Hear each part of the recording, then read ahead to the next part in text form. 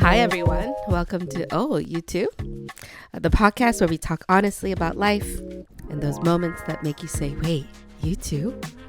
I'm Sarah. And I'm Julie.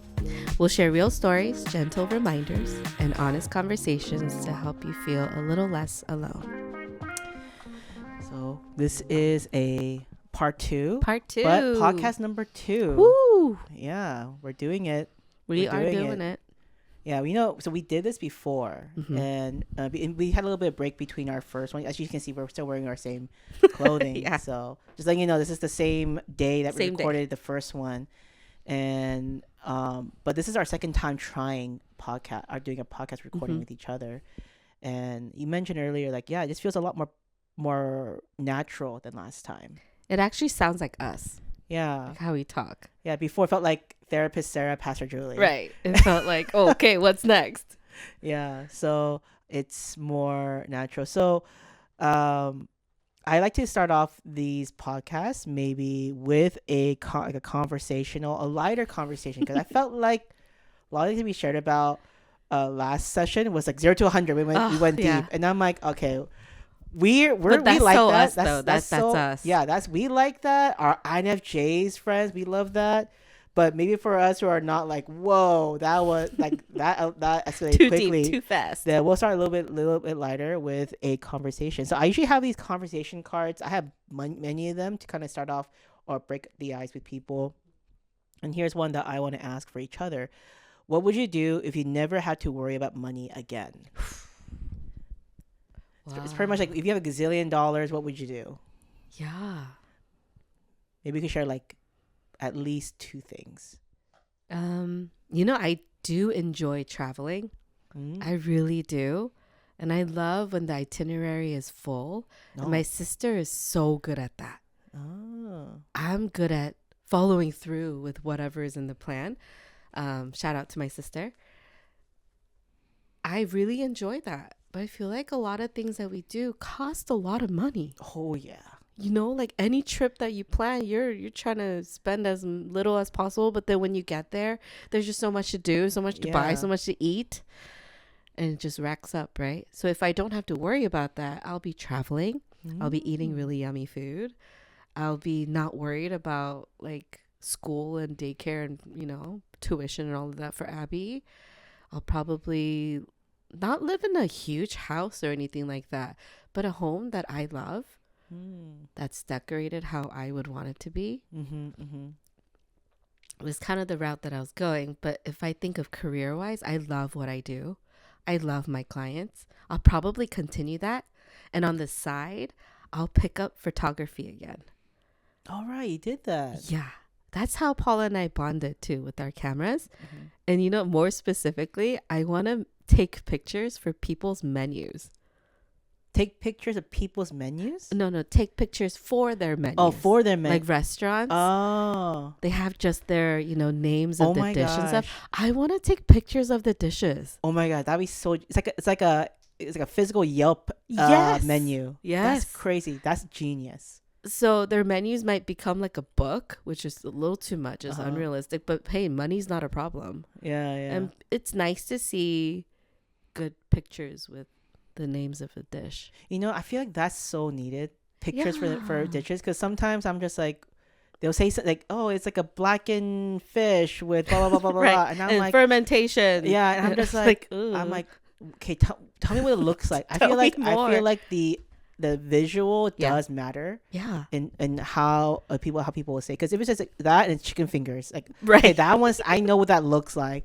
But blackened fish with moss dressings and all that, I'm just like, show me it. So if it looks appealing, then I will order it. Right. Dude, that's genius. Right. It's so specific, but that's what I want to do if money's not an issue. Wow. If in terms of traveling, if money is definitely not an issue, what are like few countries that you want to go to first? Man, I've never been to Europe. Oh, I'm me not neither. a historical junkie or anything like that, but I do really appreciate architecture. So Europe is one. I love Japan. Where'd you go? Paul and I went during our honeymoon. Oh, yes. So we went for 9 days. I want to be there for a little longer than 9 days. I want to be there maybe even a few months. Oh my gosh. Okay. And I love Korea, but I feel like I can only visit Korea. Yeah, that kind of makes me sad right now, because it makes me grieve my Korean culture. Because I'd rather be here in the States and then visit Korea. So does that feel like I'm giving up parts of my Korean culture? I was born in Korea, came to the States when I was 7. So for a little bit of my 20s, I was like, I'm Korean American. But if I think about it, am I more American Korean now? So I would be called like a kyopo, right? I don't know. Anyway, yeah, got serious real quick. See, this is what happens in our conversation. I tend to go. Sorry, this is a light question. I know it started light. Started light. Okay, your turn. Your turn. If money was not an issue, never have to worry about money ever again. You know, I would want, actually, weirdly, I want to go back to school. What? And get my PhD. Oh my gosh. Yeah. Truly, you love school. I do, especially about Christian education, about church history. I think I would want to pursue a PhD on church history. Okay. I also would buy a house just to fill it up with books. You would. I know. Like right now, this is my library. These are all my books, and you know what? This is only half of my books I have. Yeah, I have other books at home too, and they're like all hidden in like nooks and crannies that I can't find. Yep. I would get a house, and it's kind of like, I think my dream house or my dream room. You know that room in Beauty and the Beast, like Belle. I was gonna say the modern Belle. Beast library, like I want that. Where you need a ladder. Yeah, but it's kind of scary to wear a ladder. Yeah, but anyway. I'll have a forklift. Oh. Just to get my Harry Potter number 6 and come back down. Wow. Or if I didn't, but then I will also love it where it can be a place where I will have like a cafe. I think one thing I miss here that it closed down, there's a thing called Borders Bookstore. And it's like kind of like Barnes & Noble, but then it was like cheaper books. And then also in the Borders Bookstore that was in our area, in San Jose area, there was like this giant cafe with lots of seating and an outdoor patio. I remember our church community and I, would have our meetings there, or we hang out there, do studies there. It was good times. And I love that. I'm like, man, I would love to own like a cafe / bookstore. I would totally love to have that. So I think that would be something, but I will make it where there is a public cafe, but there's also a section where it's like, you have to pay to get in, and when you pay, you get a free drink. And membership. It's kind of like a study room, like a elite cleaner area, and that's open like 24/7. That's so good. Yeah, that's very you. Yeah. And then I would take pictures for your menu. Yes, you take pictures for my menu. And then next door, I would open a cheese shop. Cheese shop. Yeah, okay. I love cheese. So like, all imported, exported cheeses. I would just have a little nook in your. I don't know if it goes with coffee. We could have a charcuterie. Charcuterie. We'll have someone else be the butcher and bring like meat. Yeah. Cured meat. Are you the one where stinkier the better? Jeez, I can't. Stinkier the better. I can't. Paul's not like that either. Paul's like, maybe a Gouda. Ooh, that's risky. No. What's your go-to cheese right now? Like, what's your favorite cheese? I love blue. You love blue cheese? I love blue. I know. Haters gonna hate, but I love blue. Dude. You know, I was extremely lactose intolerant when it comes to cheese. But recently, like, I'm able to eat cheese now and not feel like I have to go to the bathroom in an hour. So, I'm lactose intolerant also, but cheese, you can't say no cheese. It. No, okay. Yeah, I think I'm just simple of like Parmesan, mozzarella, just cute. Like the whiter, the whiter cute. cheese. Yeah, just basic. Yeah, but I think that's what I think. I would go back to school, get a library, and then have the library become my bookstore, and get a cafe, hire some youth kids to be my baristas, and the money would go into church funds and stuff. Yeah, more books. More books. Yeah. Yeah, this is and then, What yeah, a fun question. it is. See, these are questions that I feel like um as people, as friends, sometimes not us, but in general, friends, we're not good at asking Mm. questions. Yeah, because I mentioned last session or last recording about how the small talk, it's always like the same questions. Hey, how was your week? How was work? How was school? Um, How's your how your family? family? It's like those, or how's your relationship? How, like, everything. Mm-hmm. But I think we're not great at asking like other questions that are beyond, to kind of like freshen, to liven things up. Yeah, it could feel a little forced because, like, yeah, like, you're not gonna like nonchalantly go up to your friends like, hey, what would you do if money's not an issue, like, right off the bat. Right. But it's also a good question to kind of see like what your friend is thinking about, how For your friends will sure. react. Because I would not have thought, I was thinking that you would answer like traveling, but Mm. I didn't think about the menu. I'm like, oh my gosh, that is so, Mm. like, that's so you. That's so true. So I feel like good questions are good, but also I think it does um to kind of have like this kind of full response. It does may depend on how open the other person is, and at least with our friendship, we have Yeah. you know, we've known each other for many years now, so I think we can talk to each other and answer this question without like any without like with ease, Mm-hmm. because we're comfortable with each other. Yeah. Yeah, so for like maybe today's session, maybe we could talk about um just how our friendship has changed or Mm-hmm. grown Mm-hmm. over the years, um and like how we have been learning about that. Mm-hmm. Yeah. And how does deep intimacy show up in our friendship? Yeah. So see, our light part now is over. We're gonna go now Yeah. deep. Let's go. Let's go. um I think our friendship started off, okay, let me ask this. We knew each other. We first met each other Yeah. at winter retreat. Mm-hmm. But then we met for a few days, Yeah. and then you went back down to SoCal. Yes, because you went back up down to SoCal, and then you moved up after in the summer. Oh, yes, that's right. I'm That's remembering right. now. Mm-hmm. So, would you say we were friends in that moment, even we met 3 days? I don't think we were friends, Mm-hmm. but we definitely felt like, oh, potential. Like, Uh-huh. oh, she could be Yeah. part of this new community that I want to build. Mm-hmm. No, I totally agree with you. And I think the fact that you had this SoCal vibe that I miss, because even though I was born and raised in the Bay Area, for 5 years I was in SoCal, specifically UC Riverside. Go Highlanders. And I was part of a campus ministry, and that was amazing. And you know, I feel like SoCal Christians have a particular vibe, that a particular passion that I miss. So when you came up, it's like, oh, it kind of reminded me. It's been like a few years since I left college. Yeah. It's nice to have a friend. Nice to meet someone who's from that area, a place where I miss my college years. Because I think when I first met you, it was 2012. Yeah. So that means that it was like a few years after I graduated Yeah. college. Yep. So I'm like, wow, I do miss my college years. So There's a saying that there's SoCal fire, mhm, that spirituality just like lights up like mhm, wildfire. And when I came to NorCal, I feel like spirituality here is more like waves, mhm, sometimes crashing waves, sometimes subtle, expected waves. It's really interesting. mhm, mhm. Yeah. So I don't think we were friends in that moment, but I felt like our friendship was solidified maybe a few months prior to you officially moving everything up.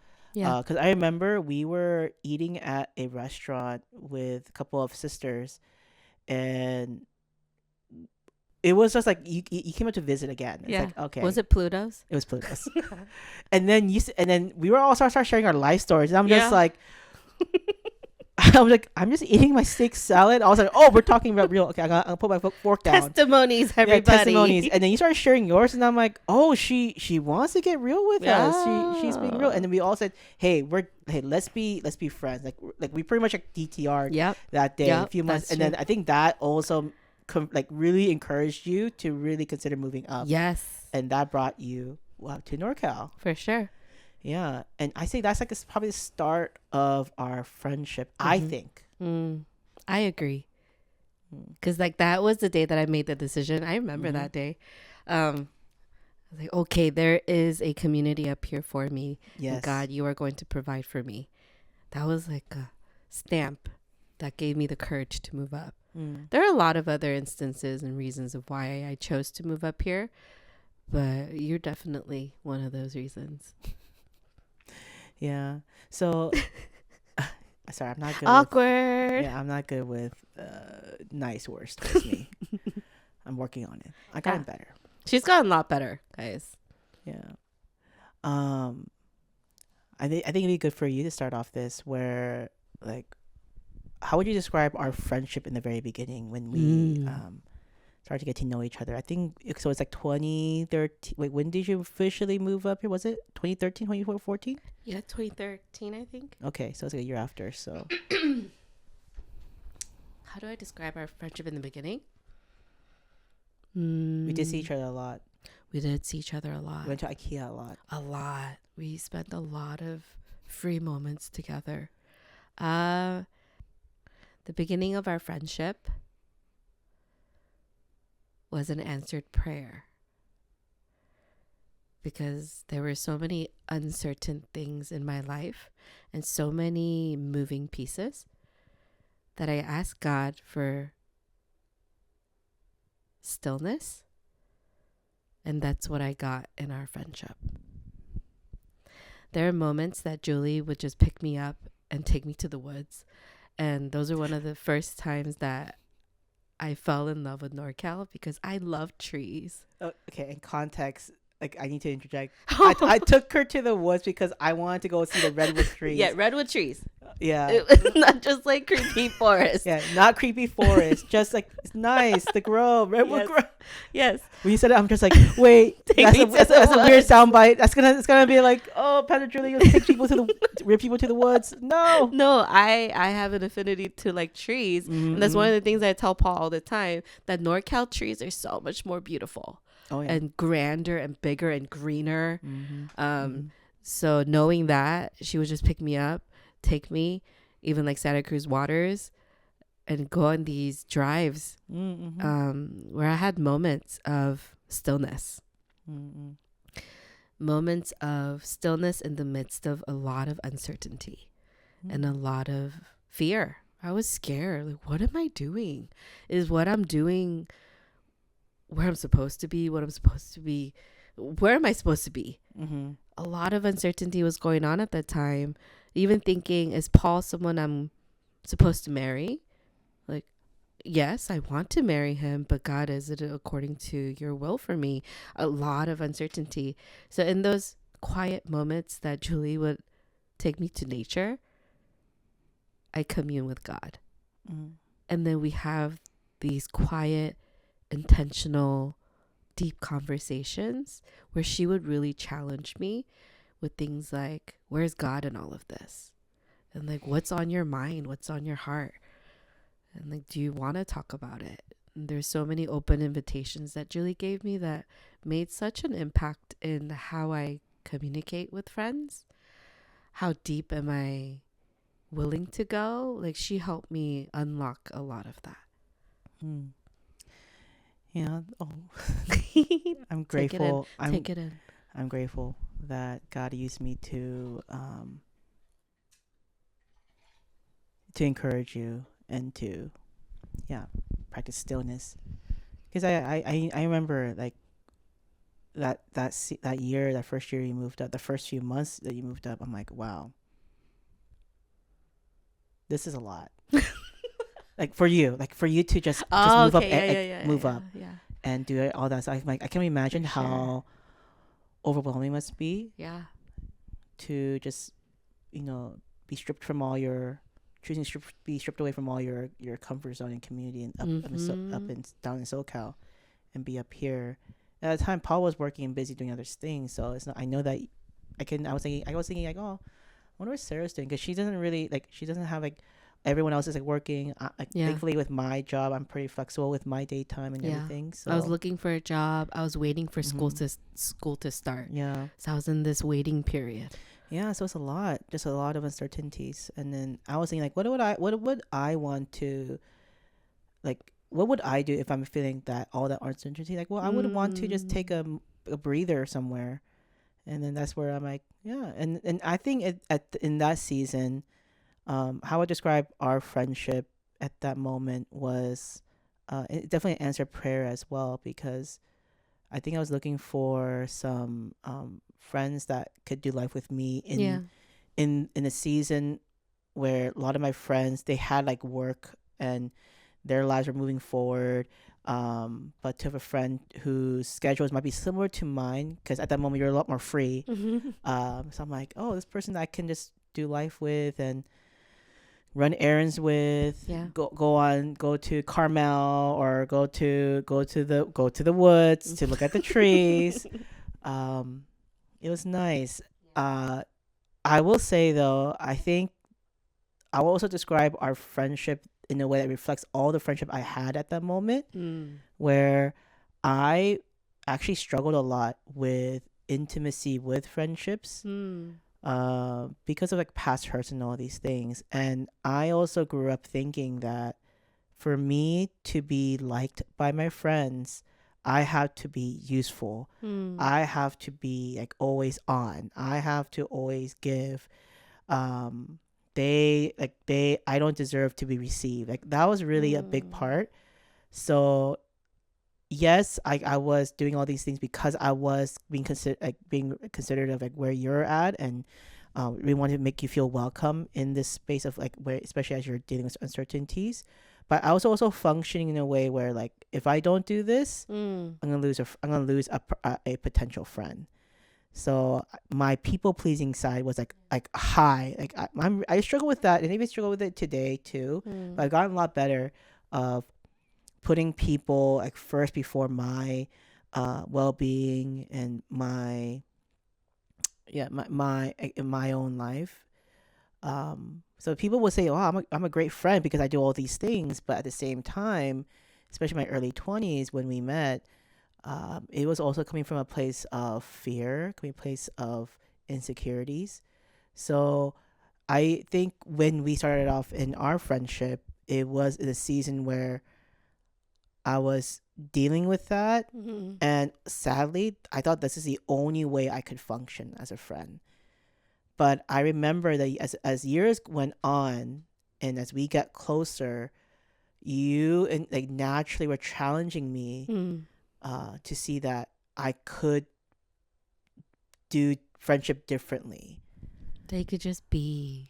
Yeah, They don't have to do. Yeah, and I think so. Sarah's really good with her words. I think this is something that I've learned about her over the years, that she's so good with her words, and she's also very encouraging to me. I think a lot of my close friends are very kind with the words, maybe because I'm just sensitive and they're just being that. But Sarah will always like say like, "Oh, I'm so grateful for you, Jules." Like she'll always say that, and I'm just like, in my mind, I'm like okay, but in my mind, oh, it's because I'm useful. It's because I'm doing this. But then the more I'm start seeing like, wait, she's not simply saying this because I'm useful, because I like drove her around.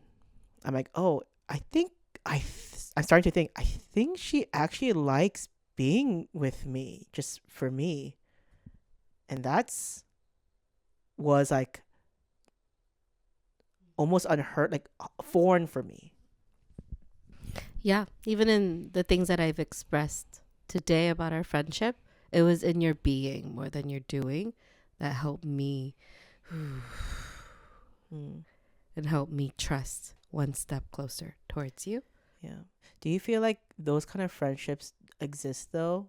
Like the friendships where it's like, oh, in order for us to stay friends, we have to keep on like doing stuff for each other, kind of like transactional. And I think a lot of my friendships have been, even multiple conversations I've had with my sister. Can you call me more? Can you text me more? Are you alive? Can you tell me you love me? she would say these things to me, and I'm like, I love you, and I told you that. That's not gonna change. Like, I could text you, but we catch each other at the wrong times. I don't want to wake you up because you go to sleep at 8 p.m. But I'm kind of terrible at that. I'm terrible at texting, and I'm great at responding. And I'm very prompt about that. But checking in, like, how are you doing? Because that also includes small talk. I'm not good at small talk. When I ask how you're doing, I'm asking, like, how's your soul?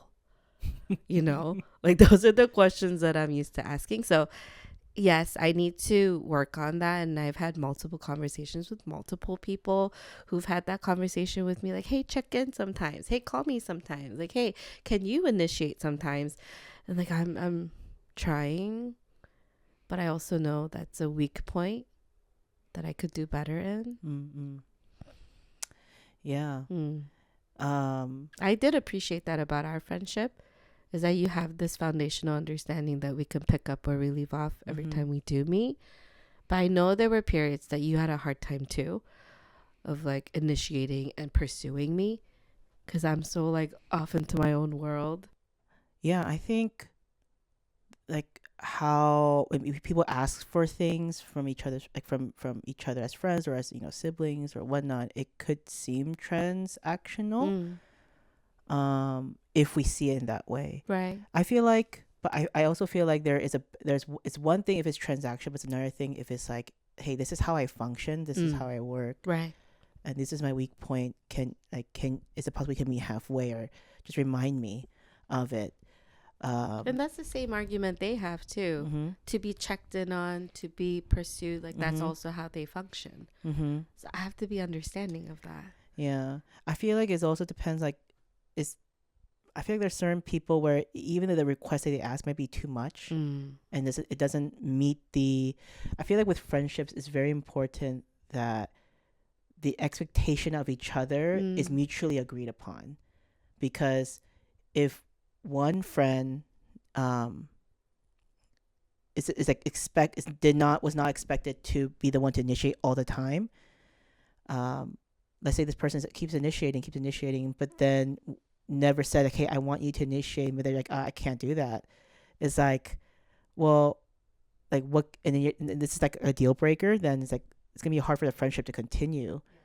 I feel like it's really good to kind of share like what sort of friendship you would want with this person, and if it's a friendship that is worth pursuing, that you would make, like, it was somehow we gotta make it work.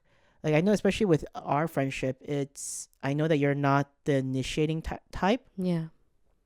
So I do tend to initiate, but then I also vocal like, wow, I really do appreciate it when you initiate from time to time though, because especially in moments where I just don't have the capacity or bandwidth. Yeah. And so it's not saying that one's always gonna be the initiator and one's always gonna be the receiver. It's like a like a push and pull on that.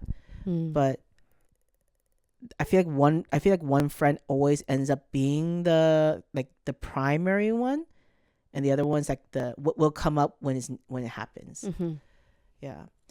I'm speaking on this transactional friendship because I feel like this is a lot of times how we functioned as early in our youth years. Yeah, for sure. Like, friendships are needed for like our own use, and so we invest in certain people because they are of use to us. Like, do you agree that that's like a normal thing to see in like adolescence, teenage, even in college? movies? Yeah. So you did this for me, so I'll do this for you. The transactional is almost like the norm of your development. And then as you get older, you start to ask, what do I want? What do I need? And at what cost? For how long? Those are the 4 questions that I tell my clients to ask themselves. What are those questions, guys? Can you repeat? What do you those? want? What do you want? What do you need? What do you need? At what cost? And for how long? Okay. Nice. Yeah, free. That's free therapy right there. Free coaching session. Yeah. And as you ask those questions, you get to really self-reflect and have some self-awareness of what's my capacity. Mm-hmm. And what do I truly want from this friendship? Mm. Yeah. Right now, I'm just thinking about this. I feel like in some instance, do you think all friendships have a bit of transactional element to it? Yes, but that can't be the main focus. Yeah. But I feel like, when I was really sick a few days ago, I have a friend who texted and is like, "Do you need anything?" I'm like, no, I don't need anything. But then a friend did something. Does that consider transaction? Mm. Needed something, got something. Mm. Will it complete the transaction circle if I do something back? And say, like, since you did that for me, here's what I'm gonna do for you. Yeah. I feel like in the beginning of early friendships, there's gotta be a lot of like rapport. And rapport building. Rapport building is the transaction. Is a transaction itself. Because it's not just tangible things, but it's actually like kindness, effort, patience, effort. That's true. That's transaction, isn't it? Yeah. But it's not, you're doing it, but I feel like you're doing it more on a sense of like, I'm doing this because I want to invest in our friendship, not for like, I want to get something out of it. Right. Like it's for my own need, like for my own wants. That's not for your expense, like for my own things. So I feel like if we look into that, if we look at just the technicality things, yeah, it's transactional, but I also think it can be also seen as intentional. Yeah. Where the things that we're doing, especially in the early years of friendships, we're doing all these things in order to build up that foundation and kind of reminding each other, like, hey, I'm in this for the long haul. Are you down? Like, are you down? And if this person's like not, doesn't seem to be receiving well, or just they just keep on just like, yeah, I keep receiving and then not giving back anything, then it's okay. Like, it shows like maybe not the best friendships, and or it becomes a misunderstood thing. Friendship. Yeah. I have moments in my life, and also I have friends who have shared how like they have friends who like iced them out because their friends thought they were a lot closer, like they want this kind of close friendship, but then my friends, they're like, no, I'd rather not have that because they have certain boundaries with these people and whatnot, and then it led them to like losing some friends in their lives. But it's not their fault. It's like friendship has to be mutual, where it has to be mutual give and take, mutual understanding, and mutual expectations of like what sort of friendship do we want to have. It can't be just one person driving the entire friendship and saying like, this is how we're going to do it, this is how we're going to be friends. Like, no, each side has to agree upon that. Communication. Yeah.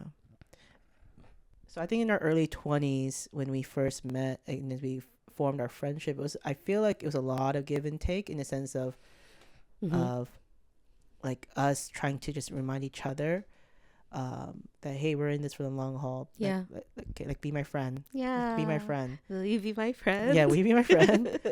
And then when we hit our 30s, I feel like life stages do take an impact on friendship too. For sure. Like I think it was great that you were already dating Paul when we met, because I think that kind of helped me to know how I could be a friend with you in light of your relationship. But then you got married.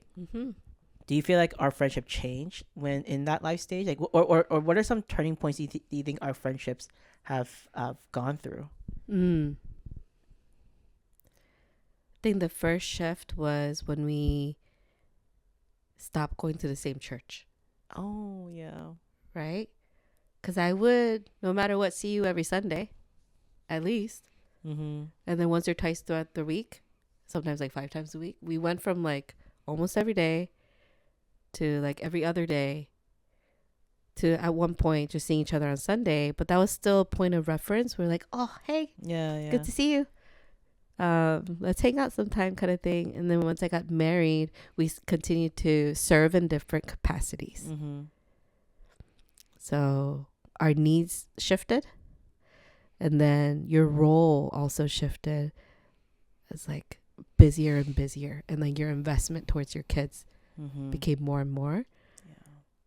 So I think that you shouldn't be sorry, because that's how we're supposed to evolve. I think that's how we're supposed to continuously grow, and then still choose each other. Right? Yeah. No, you're right. I feel like, I think you're right. I think when you got married, it didn't really change that much, but yes, our priorities in terms of serving, because you were more for the EM and I was for youth. Mm-hmm. But I feel like but we were still in the same church, so we still saw each other. And there's a moment when we stopped being in the same church, and I moved to my other church, got hired at our church, and he continued being at our church. Our community, like our connection, changed and shifted. And the reason why I feel bad is because I think that was a turning point in our friendship where I think it was special that we continued to choose to meet up and choose to commit. But at the same time, like, again, I had to reflect on who I was, where I was in light of our friendship too. And I remember this is like, I think it's a peak of COVID, like when COVID hit in 2020. That's also when you guys also were like moved. You guys, like, I think around a little before that, like you moved up to San Ramon. Yep. Even distance made it harder. It was just, I think in that period, I was just thinking like, okay, like friendship has to take on the back burner for me, because right now it's COVID, it's pandemic. I gotta take care of these kids. I gotta take care of the youth. So, and then that started off this life of a workaholism where I just work 24/7. At what cost? At what cost? My life, everything. Like, I didn't have friends. All I could think about was work, ministry, kids. And it's not the kids' fault. Like, I don't ever blame my students. I never blame my kids for anything. I love them, and I still love all my kids, my former and current, to death. But it was just, like, there was like a part of me when I look at myself, I'm like, who am I? Like, am I just Pastor Julie now? Just Pastor Julie this, Pastor Julie that? Yeah. And I realized, like, it's been a while since someone has called me Julie. Yeah. It's been a while since someone called me Jules. Like, that's my nickname. Like, my friends call me, and it's a nickname of endearment for me, because not everyone can call me that. And I realized, like, I think it was like a few years into it where I'm like, wait, I haven't talked to Sarah in a long time. And I felt a lot of guilt. I remember feeling very guilty. At first, I was like, "Oh, it makes sense because it's COVID. We can't see each other. We play like Among Us. Like, that was big. We played, I think, a few virtual settings here and there. It's like, we couldn't see each other. But that's also when I went through my miscarriage. Yeah. Yeah. And thing is, and then when I heard about that, I felt so bad. Because I felt like, oh my gosh, I wasn't there for her. And that was hard for me, like, to realize, like, I'm not saying that ministry was bad or anything. It's just, I think my priorities got really unbalanced. That it was like ministry first and everything else was like last, like back burner, like doesn't even matter to that the point. Included your health. My mental health. We'll talk about it. Mental health. Yeah, but I felt like I was such a bad friend, and I think for a few years I felt so guilty to all my friends, because I felt like whenever I go, it's just to, like, for my sake, just for because I needed to vent or whatever, but then never like trying to be there for them because I didn't have the capacity. But that's the seasons that God has brought you through, as I was going also through my season, in order for us to grow. And at that point felt growing separately, but it was still growing towards edification, I think. Yeah. I have to ask, did you ever think I was a bad friend in those moments? I never thought you were a bad friend. And for the enemy to utilize that over and over in the times of weakness. Like I hate the enemy for that, because I feel like in that thought you went through like a downward spiral into a darker space where it felt that much harder to reach out, or like that much harder to ask for help. And then in random times I'd be like, oh, I wonder how Julie's doing, and I text and you're like, fine. Like your the life is just drained out of you. And there was a time that all of your friends took turns to tell you, you need to get your body checked. You need to go to the hospital. Like your wrist and your hand was acting up. Your system, everything was acting up. You were getting sick left and right because your immune system was crashing. We're like, you need to go to the hospital. And you're like, no. After this retreat, which was parts of your passion, but it was on overdrive. And at what cost? It was at the cost of your health. Yeah. I never thought you were a bad friend. Yeah. Well, thank you for that. And I'm still working that out. And I feel like now, I think that really helped me to learn what sort of friendships I could cultivate, because that also like broke my view of like transactional. Like, oh, like they're gonna leave me because I haven't spent time with them X amount of months or weeks, even years. But then the fact that we can still pick back up from where we started, it was very encouraging. I'm curious for you in that time. Was friend, because you said that in the beginning of our friendship, it was a friendship that you needed in that time. In your 30s, when COVID hit and you went through that miscarriage, what's friendship needed for you in that time? Man. Like, did you need me? Did you need friends at the moment? I needed more of God. Friendship with God. Yes, friendship with God, because I felt abandoned by Him. Because I was like, oh, God, this is something that we've prayed for 5 years. And like, you're finally blessing us, but then you're also taking away from us. But then I thought about that period of my life, that season. God knew that baby would have been my Isaac. And not that God told me to sacrifice this baby or anything, but after I took the pregnancy test, the first thought came to my mind was, even if this pregnancy doesn't work, God, you're still good. That was literally the first thought. And then I called my sister and I said, even if this pregnancy doesn't work out, God is still good. And she's like, what? Why are you saying that? This is something you've been waiting for, Sarah. And I'm like, yeah, you're so right, but I can't help but to think that and have peace. So interesting, right? Because I'm supposed to be jumping up and down, but I was actually already grieving, but in the presence of the Lord. So if I did have friends, sadly, you might have been a distraction. That was a period of my life when friendships were very quiet, actually. Yeah. It wasn't just you. Even my marriage was really quiet, because we were entering the season of accepting that pregnancy won't happen for us. So there was a slight like disconnect between Paul and I. But more than a disconnect, it was just quiet. But in our quiet season, God really showed up.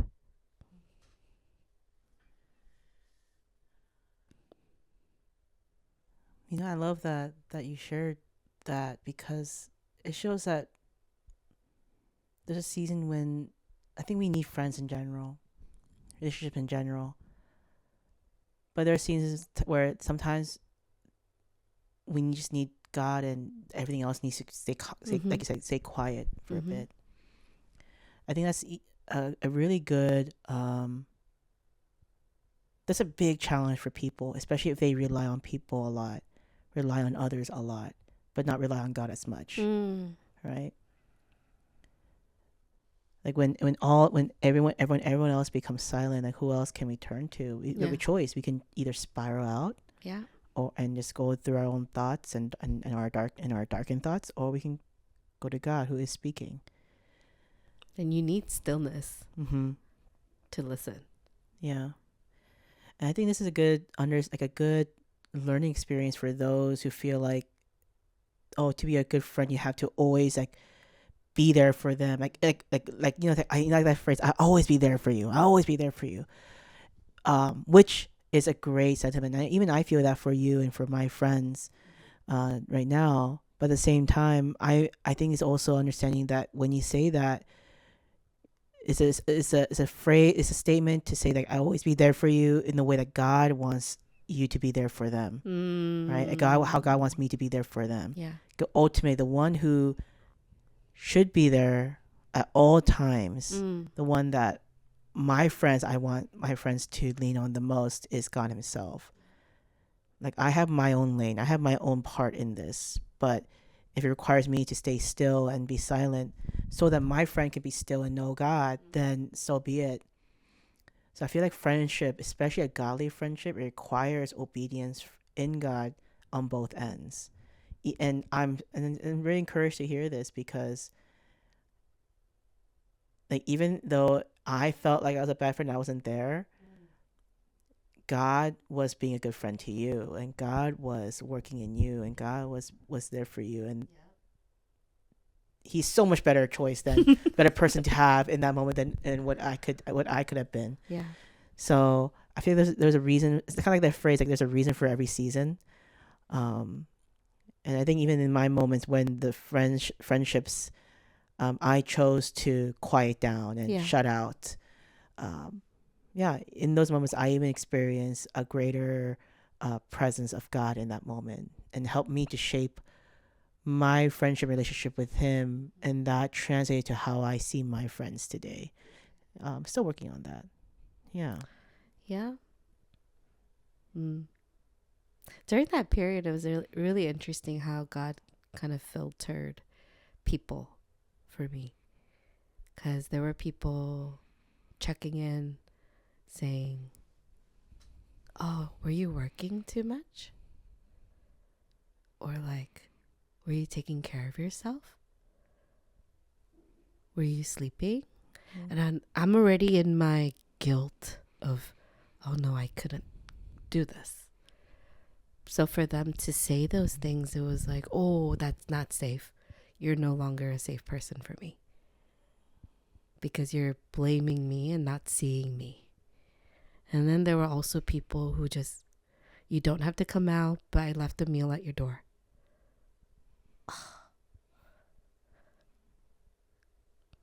Like how people show up also matters. So that was God's way of also teaching me to receive, but also discern. It still touches my heart, like how it was basically my in-laws who showed up in that way. It was just lovely. Like no pressure. You don't even have to come out.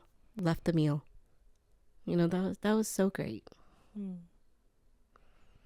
Because they saw me, not what I could have done. Yeah.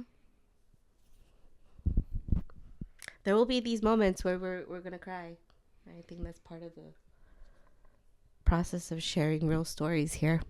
Yeah. I think I should put a tissue box here somewhere. I didn't expect to cry, but yeah, I was like, oh, this is about our friendship. Oh, shoot, okay. These are good tears. Yeah, no. These are healing tears.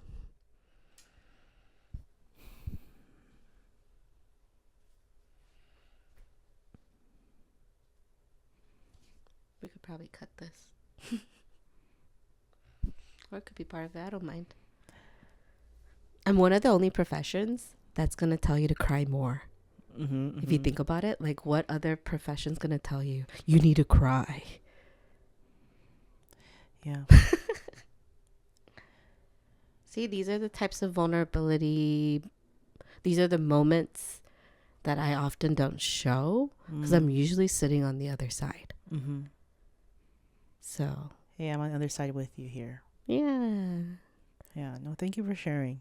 Yeah. I think because I heard this story before and I know how touching that is, and I Yeah. feel like it's very moving because in that moment you didn't ask for anything, and then even in that moment, what can you ask, Right. right? Right. But then for your in-laws to do that, that's um only God could really stir that heart in them, and already increase the already ever growing, like the already abounding love they have for you and Paul. Yeah. It goes to show that in the moments that we don't expect it, in the moments that we don't deserve it, God reminds us, hey, I'm still here. I'm still loving you. Yeah. And I'm going to use my people to remind you of For that. sure. So it's important who you marry because you're not just marrying the person, You're marrying are their family. marrying their family. Mm-hmm. Yeah. Mm-hmm. I received a lot of healing through Paul's family. Mm. Shout out to my in-laws. 안녕하세요.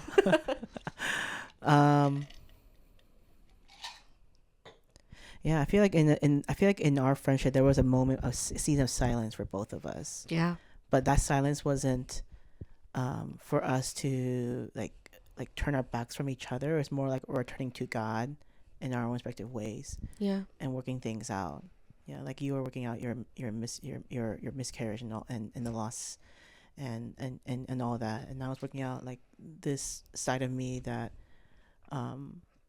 was like tying my identity with my work and all that, and also dealing with some mental health issues as well, and health issues. So but then when we came back, it's like I think this might be even like the past 5 years. Yeah. In our mid-30s. Mm-hmm. Like COVID is over and everything, and I'm about to like wean out of my my old church, New Vision Church, and gonna come into this space with and doing life with you now. How would you describe? I think we'll end this like with this last 10 minutes, but how would you describe our friendship now?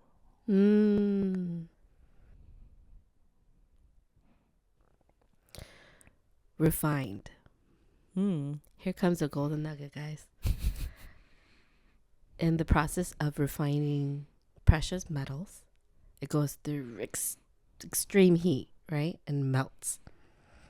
And it melts away impurities. It melts away what's not necessary. And what's left is this malleable, soft, yet valuable precious metal. It's so soft to a point that it leaves fingerprints. And it's so tender. But that's vulnerability that we're courageously sharing in our friendship now. And I think you and I have become more and more stable in our identity of who we are. That we've matured and are more living into who we are.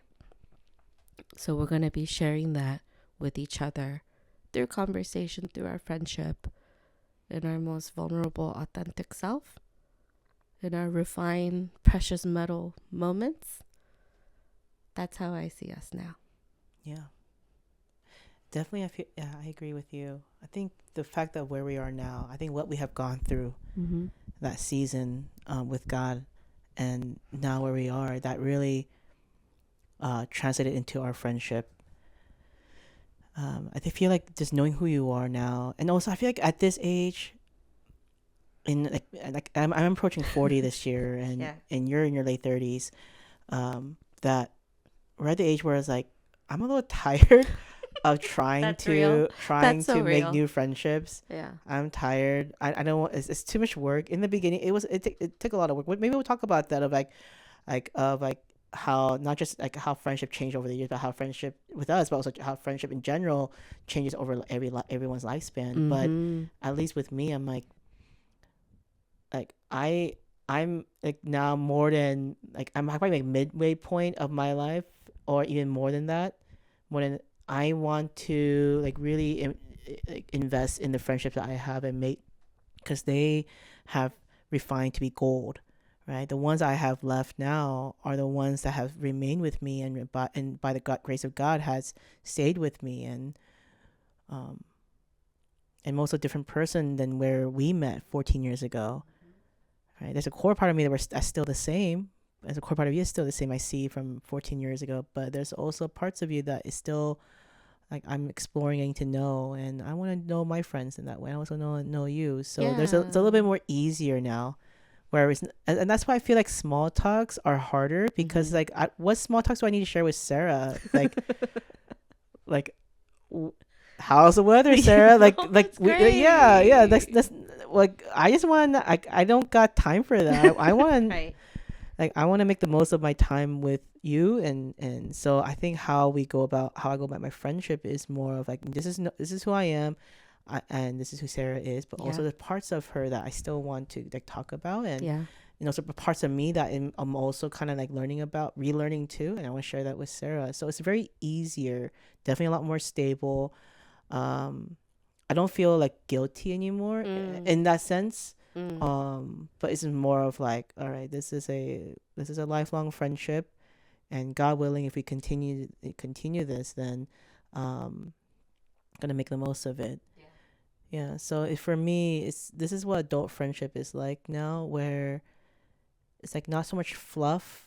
Like we can have fun, but it's like easy. It's easy to have fun.